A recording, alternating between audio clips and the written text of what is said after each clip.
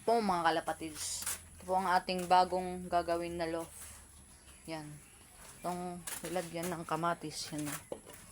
Tibay ito guys. Oh. Dalawa. So punta tayo sa ating dalawang pairing. Ng kalapate.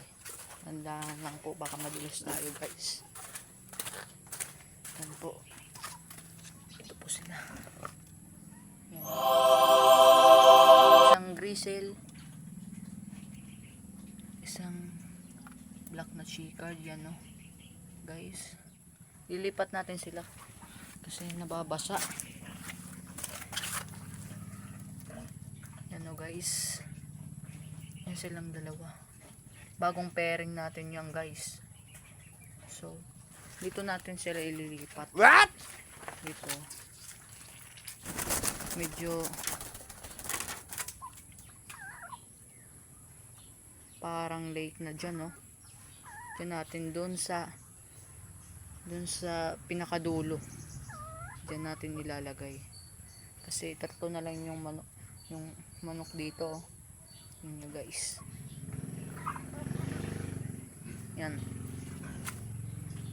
Yung plano ko kasi dito ko ilalagay dito.